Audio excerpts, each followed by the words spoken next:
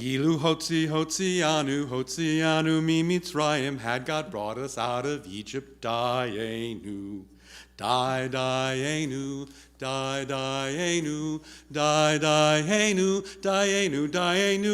Dayenu, that's enough. I'm praying that you recognize that song.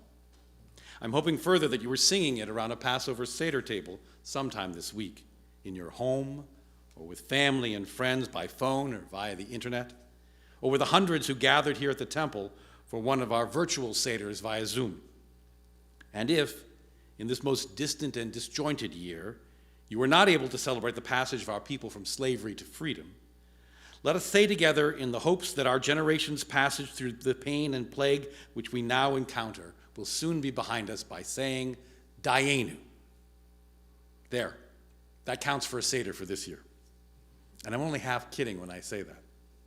There's more to the Dayenu than a rousing song and a catchy tune for a long list of things for which we have, as a people, something to give thanks. Dayenu has forever been one of the most beloved songs, the most beloved holiday of the entire Jewish year. And when I say forever, I kind of mean forever. Dayenu is one of the oldest prayers that we know. It's first found in Seder Amram, which is our very first prayer book from 1,000 years ago and beyond. Amram Gaon didn't write that prayer book. His is just the oldest surviving copy that we have, which means Dayenu is probably older than 1,000 years by far. The Torah teaches, with age comes wisdom, and there is deep wisdom within the Dayenu as well. There are 15 verses to Dayenu, each one giving thanks for yet another of God's gifts, from slavery to freedom, from Sinai through our years in wandering, until finally we're settled as a free people in our promised land. The rabbis taught that the 15 verses of Dayenu were meant to parallel the 15 Psalms of Ascent, which begin, a song of ascent. To God I called in my distress. I called, and God answered me. 15 Psalms, all beginning with the same words, all written in a lyric style to be sung, all a brief collection of words, giving thanks for God's protection and God's praise. Does that sound like any song you might know? Ilu Hotzianu, mi Mitzrayim, Hotzianu mi Mitzrayim, Dayenu. Why are there 15 verses to Dayenu and 15 Psalms of Ascent? Well, that requires a little more discussion. The Passover Seder loves to play with numbers, and so do the Psalms. There are 4 cups of wine, 3 Passover symbols, 4 questions, and 4 children. That adds up to 15. Okay, that was too easy. There are so many numbers in the Passover Seder, I could have added them up any way I wanted to and come up with 15 at this point. But that's my point. Numbers matter to Passover. And numbers matter to the Psalms as well.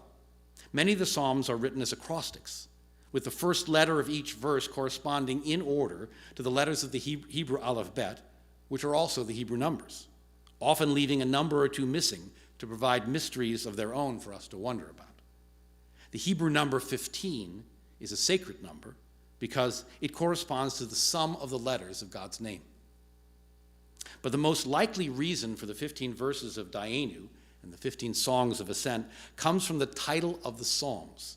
They're called Psalms of Ascent because many scholars believe they were sung on the steps of the temple in Jerusalem by the Levite choir as they began the service of the sacrifices for, among other things, the festival of Passover.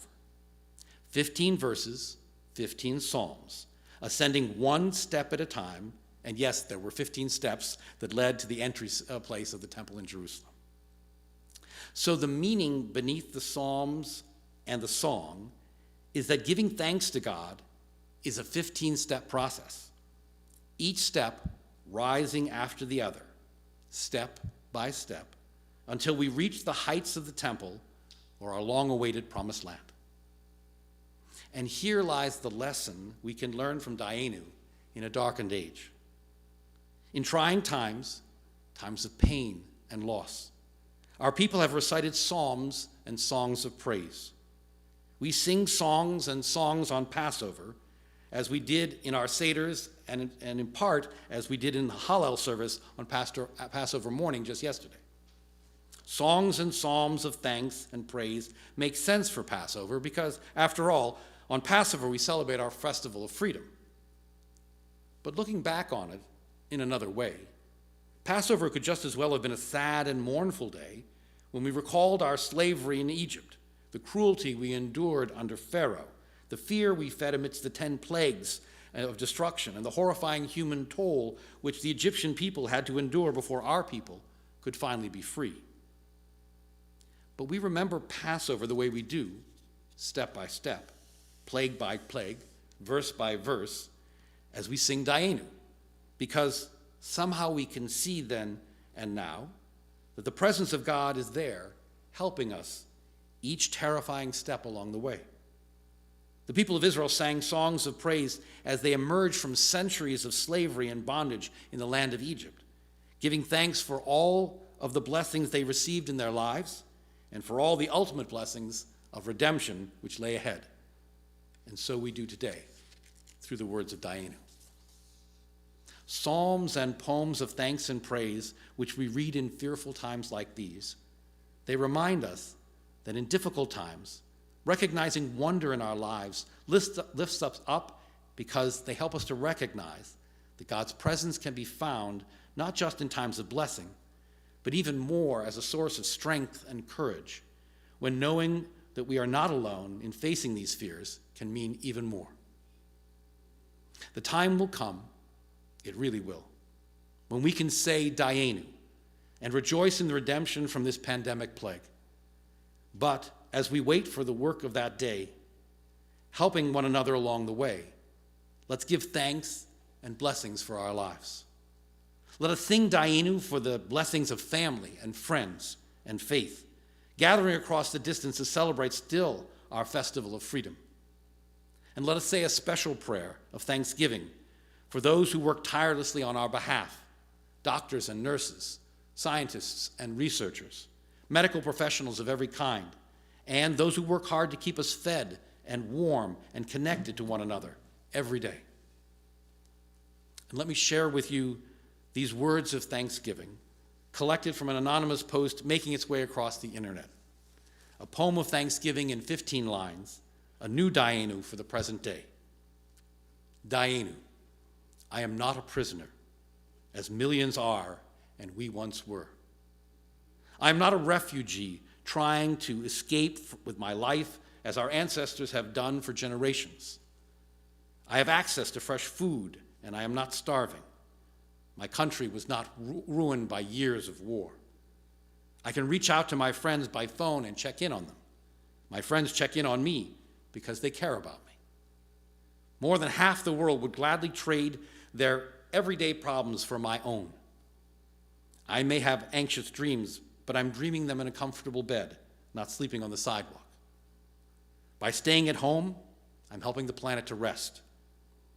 As long as I have my mind, I can create, imagine, dream, and not be lonely. This global crisis connects me to people around the world and reminds me of our common humanity. And this is a good thing. When something tragic happens in another country next time, I will not respond with superiority, but humility and recognition of the common bonds which connect us all. I am surrounded by books. I am surrounded by love. It's Passover, and the trees have already begun to bud. There's more to do, and there's more to say. But for now, Dayenu to this sermon. Amen.